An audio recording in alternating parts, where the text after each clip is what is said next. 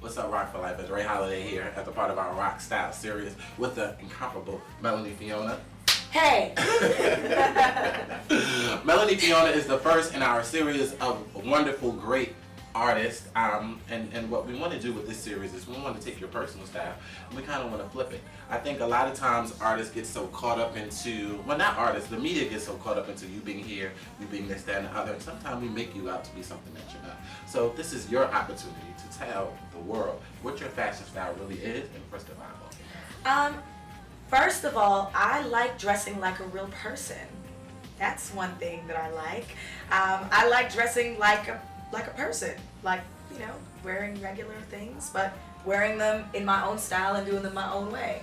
You know, I feel like a lot of people have been hitting me up and be like, oh, I love your style, like you dress like a person, like a, you know, like it's not like I'm not a costume dresser, in other words. So, you know, for me, it's like I love a dope pair of jeans and a dope pair of shoes. And I think a lot of my style is reflected from my upbringing. It's reflected from my influence of, you know, multiculturalism and different types of music, and you know, it's pattern and color, and it's a little bit bohemian, and it's a little bit couture. I just don't think it's about dressing up and dressing down your look. So, you know, there's a definite distinction between where I am chilling in my hotel doing an interview with Rock for Life to when I'm at an award show or when I'm on stage or when I'm on tour. And I just think everybody's style is different. My personal style, I like my clothes to fit but have movement and shape, and lots of color, lots of pattern. And most importantly, be comfortable. Yeah.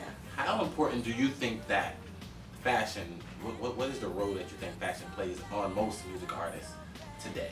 Today, it's like 90% everything, you know, and like as an artist and as a musician, that hurts to say because you want it to be about the music, but we're in a different world right now where people are focused on everything else. And so, you know, it is important to have those things together. But, you know, me personally, I think it's just as important to have all of the aspects together. So all of the elements. So, you know, for me, it is, as much as it is important for me to look good, it's just as important for me to sound great on stage, write great songs, make great music. As a result of that, do you think that it kind of takes away from the artist to have so much emphasis be put on fashion? Well, yeah, absolutely, because you have some artists nowadays that people forget were artists because they're just so known to be public figures. Very true. You know, and if that's what you want to do, that's cool, that's what you want to do, but I would rather have people recognize me for saying, yo, that Melanie Fiona's dope in style, she's dope in music, and like, it's an overall package, rather than just being like, she's got great style, but she can't really sing. I don't want to be that artist. So, you know, I think that's why I always try to stay rooted in music and develop everything else around that. Got it. So we're actually, before our very eyes, we're actually seeing your style evolve a little bit. When you first jumped up on the scene, big hair and big voice. But now, everything is kind of toned down a little bit. Still the big voice, but it's a little sexier. Yeah. Explain that just a little bit. I'm feeling a little sexier these days. Okay. You know, I think that in the experience of becoming an artist, growing as a young woman, you know, being all around the world, taking in those experiences, being in the public eye, it's kind of, I think, forced me to get in touch a little bit more with who I am and what I want people to know about me. And initially, definitely, I'm an open book. I come out, I want everybody to know who Melanie Fiona is, based in music. I have long hair. My mom loved me having long hair my whole life. That was definitely a part of who I am, and it's still a part of who I am. But now in growing and finding myself, and then being in an industry and a world where there are so many artists, it's, you know, finding the distinction that makes me me. And exploring that and experimenting and traveling all over the world and being influenced by that, I definitely think that I'm, you know, feeling a little bit more sure about who I am and the way that I want to see myself presented now, the vision that I have for myself progressing and growing as an artist and as a fashion icon in the future. And you know, having a real thought for that, you know, not just kind of, you know, saying, okay, well, this is what it is. It's a thought process. It's all about growth and evolution. And you know, just finding my own way. That's what it's about. I mean, well, we're here for Rock for Life, and it wouldn't really be a Rock for Life interview if we didn't bring Rocawear in at some point in time. Rocawear, as it stands, is one of the number one brands, one of the number one urban brands, and it's one of the longest standing urban brands. So the longevity is definitely there. I know you have to be a fan of the brand. They gave me a billboard in Times Square. They absolutely did. You are part of an amazing campaign. It was an amazing campaign. We did some amazing shoots, and, Right. and we shot in London and Puerto Rico, and I loved how they took this urban brand and put it out in this very artistic way. So happy to be a part of it because I do think music and fashion are instrumental. They go hand in hand. They definitely do. So shout outs to Rocawear for being so successful for so many years, and like thank you again for the opportunity. I was so happy to be a part of the campaign for real. What do you think are some of the elements that have caused them to be around for so long? I think they do what they do best, and that's making clothes that are real and affordable, and they know their demographic, they know what it is, they know who they're going after, their market, and like I said, that's why I thought it was important that you bring out music to feel that as an artist. That's another way. It's like, okay, well, let's have Melanie Fiona and Trey Songz, speak to this audience that they already speak to through music, and make it about fashion and music, and it's great, and it's real clothes, it's things that people can still feel that they're associated with the brand. Absolutely. And then rock something that they can wear and it's cool and their friends can get it, and I think that that's a great thing, and I think that I do think that it's about progression. You know what I mean? Like I had to work very hard to be able to now afford the things that I'm able to afford from a fashion sense, but I still love mixing high and low. I still do that. So I think that just finding your sense and doing that and being reasonable and rocking you and doing you, I think that's important. I think that, that's why Rocawear has been so successful, because they stay focused on doing what they do best. The funny thing about that is one major point of their new campaign is mixing high and low. Yeah. That you don't always have to have Rocawear from head to toe. Right. That you can mix it up. And life should be about mixing it up. Absolutely, and they make great accessories, especially the guys line. Like the Guys, they make great belts, great shirts, great jackets. It's pretty good. I mean, you're looking very nice today. Thank you, Rocawear. Thank you, Rocawear. Just want to say that right now. Yes. You know what I'm saying? Like, and I do think it's all about that. It's about identifying your personal style and mixing and matching. And Rocawear allows you to have those points where you can mix high and low. Absolutely.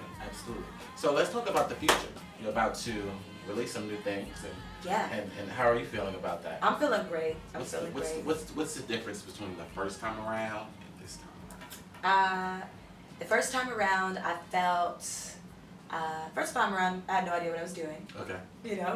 As an artist, you don't. Right. It's this new world that you're stepping into. It's a new world when you go from being an unknown artist, and then the day that your video plays and the day that your song goes to radio, there are more people that know you today than they did know you yesterday. Absolutely. And that changes, and that really affects you. So it was a lot for me to go through the process of welcoming that, dealing with how that's going to affect me, and making the music, making an album that was every song I ever made up to that point was for my first album.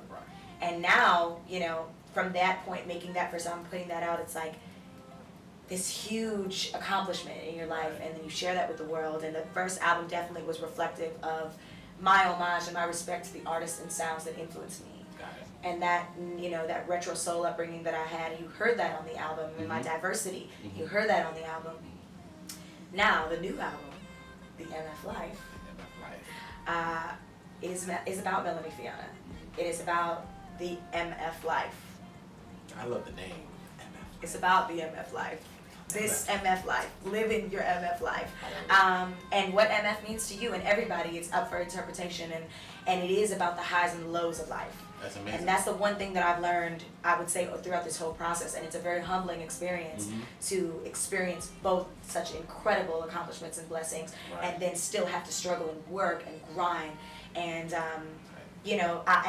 and you can either stay focused on the high, which is an illusion, or you can stay focused on the low, which is detrimental. And I think it's a beautiful thing to try to encourage people, especially in my story, sharing my story, to find the beauty and the balance in between, because life will never stay up or down. It's always going to go in waves. So I think that that's my growth, and on this album particularly, I've been in the studio with the likes of Drake and Jack Splash and B.O.B. John Legend, Lowe's, Snow ID, Kanye West producer, and in making this album, it's become the ups and downs of love, and the different ways we can tell stories about love, and that's what the MF Life is about.